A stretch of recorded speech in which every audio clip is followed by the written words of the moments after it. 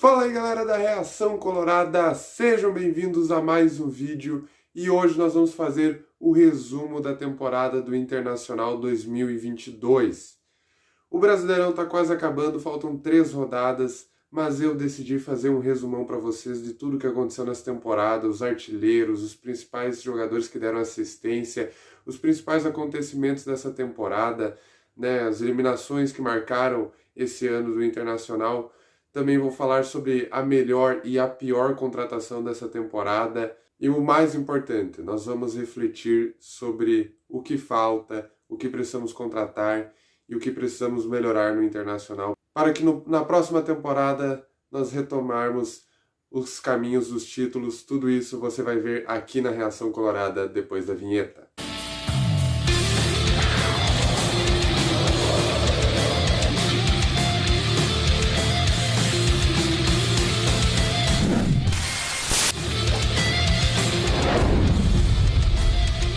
Antes de eu falar sobre as estatísticas do Internacional, se você ainda não é inscrito na Reação Colorada, se inscreva, ajude a Força Jovem do Internacional. Quero agradecer muito a todos os novos inscritos que estão ajudando e apoiando esse meu projeto.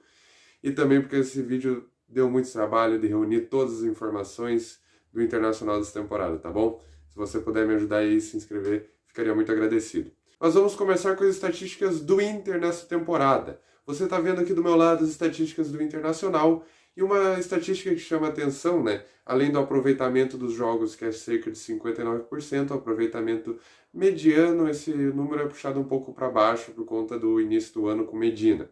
Mas um número que me chama atenção é a quantidade de jogos considerada até baixa para a temporada do Internacional, que são 59 jogos. Por exemplo, o Grêmio, nesse momento, tem 55 jogos.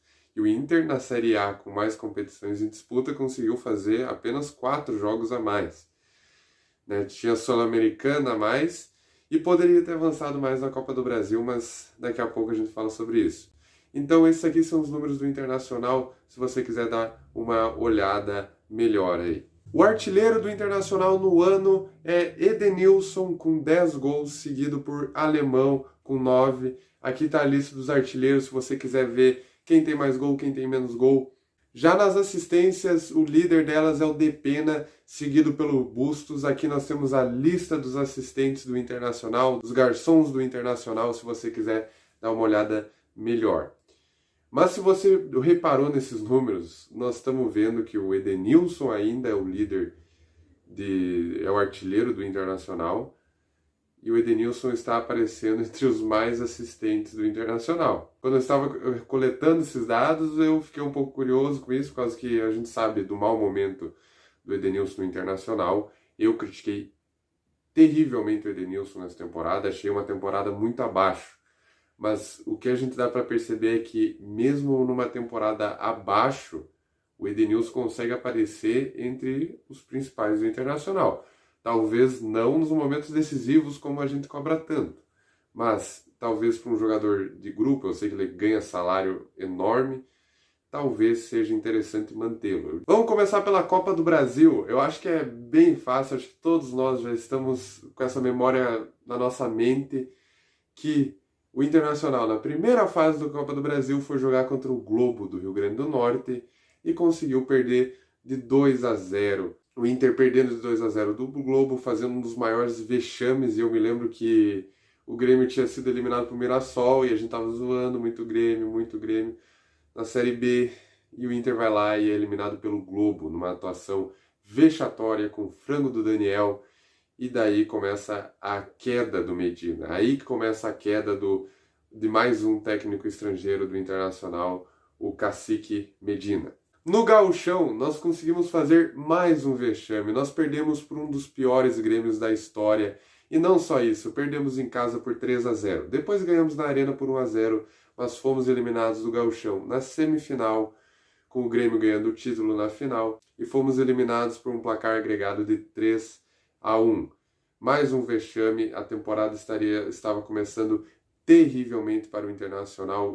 Estava muito ruim, com ainda falta de contratações, com um elenco limitadíssimo. Isso culminou também e ajudou na queda do Medina mais adiante. Nesse momento, o Internacional estava com expectativas de não cair, de não passar mais vexame nessa temporada. Mas nós tínhamos uma esperança, e era a Sul-Americana. E agora eu vou dar um resumo de como tudo aconteceu até lá. Na Sul-Americana, na fase de grupos, nós tivemos um começo bem ruim. Empatamos inclusive com o Guarenha no Beira-Rio em 1-1. Depois desse jogo, a diretoria do Internacional decidiu, a pedido de muitos da torcida, a torcida pressionando muito, demitiu o Cacique Medina, que durou pouco mais de 3 meses no comando do Internacional. O Mano assume, mas não de imediato. Antes nós tínhamos um jogo contra o Fortaleza, que foi marcada pela despedida do D'Alessandro, um dos maiores ídolos da história do Internacional, e do jeito que tinha que ser, marcando um gol importantíssimo para a vitória do Internacional no Brasileirão. O Mano assume e muda as coisas. O Inter se recupera na Sul-Americana e acaba conseguindo a classificação para as oitavas de final. Nós pegamos um chaveamento relativamente fácil. Até a semifinal nós pegaríamos o Colo-Colo, o Melgar, o Independente Del Valle e muito provavelmente o São Paulo na final. Era um caminho relativamente fácil para o Internacional, que não pegaria nenhum brasileiro como o São Paulo ou como o Ceará. O Inter, no primeiro jogo contra o Colo-Colo, perde de 2-0 lá no Chile. Um início que poderia ser mais uma eliminação vexatória da Sul-Americana, que seria o único título que o Internacional teria esperança de ganhar nessa temporada. Mas no Beira-Rio, inclusive com a minha presença lá, estava no Beira-Rio, o Internacional vira o jogo numa partida memorável, uma das maiores viradas do Internacional, vira de 4-1, com um pênalti logo no início e uma virada de 4 gols em seguida, muito espetacular para quem estava lá. Então foi com essa vitória, a gente imaginou, a gente chega pelo menos na semifinal, a gente vai pelo menos bater de frente com o Del Valle. Nós só tínhamos que passar pelo minúsculo e pequeno Melgar, do Peru. O primeiro jogo do Melgar, 0-0, com o Melgar tendo boas chances, mas o Internacional teve uma chance claríssima com o Edenilson, que acabou não fazendo. Na volta, no Beira-Rio, coisa simples, precisávamos de um gol. Nós tínhamos feito 4 no Colo-Colo, com uma desvantagem de 3-0. Nós precisávamos de um gol no Melgar. Logo no início, primeiro lance de jogo, Brian Romero perde uma chance que seria importantíssima, que mudaria o jogo.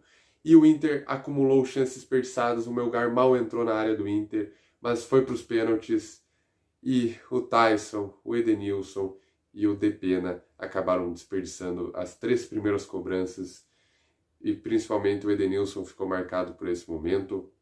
O Tyson também entrando durante o jogo muito mal. O Internacional estava eliminado da Sul-Americana e a esperança principal de títulos estava acabada. Após essa eliminação, a torcida cobrou e cobrou muito. O Internacional passava pelo seu 3º vexame na temporada. Vexames e eliminações para times muito ruins e muito pequenos.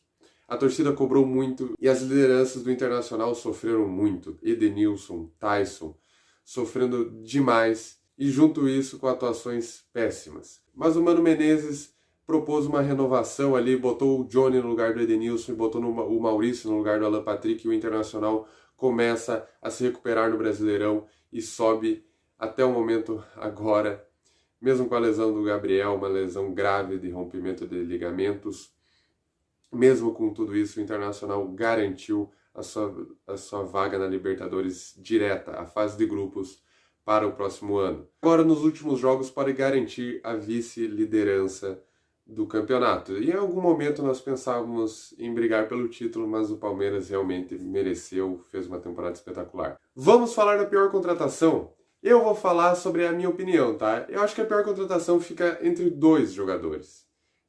Wesley Moraes e David.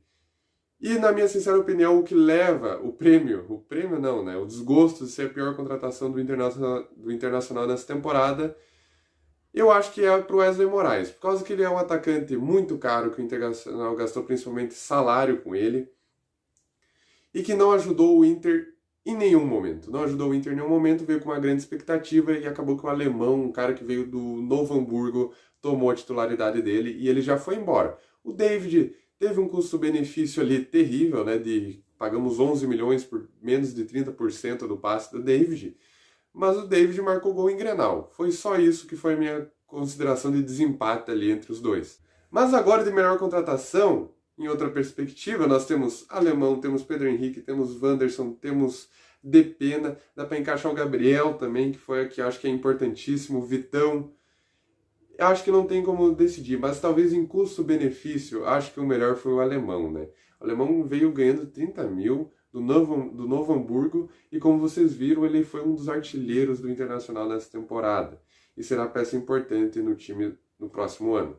Diz aí nos comentários quem que vocês acham que são os piores e as melhores contratações do Internacional dessa temporada, que eu quero ouvir a opinião de vocês. Vamos montar o time do Internacional para 2023?